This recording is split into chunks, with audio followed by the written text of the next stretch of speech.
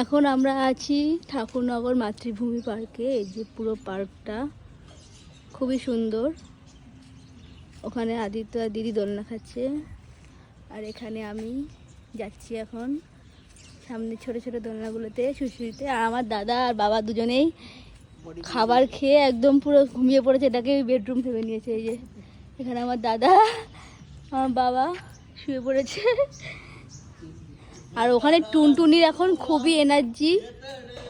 দাঁড়া দাঁড়া দাঁড়া, কম্বক কম্বক, আরে কম্বক তো গান করতে করতে একদম নিজেকে একদম পুরো ইয়ে করেছে। আরে এই পার্কে এসে নিজের চশমায় বেঁকে ফেলেছে। আর ওই যে টুনটুনি এখন সেই দোল খাচ্ছে। ও টুনু রে, হেভি মজা লাগছে, বার্থডে গার্ল। আর জাম্বু দায়িত্ব নিয়েছে দোল দেওয়ার।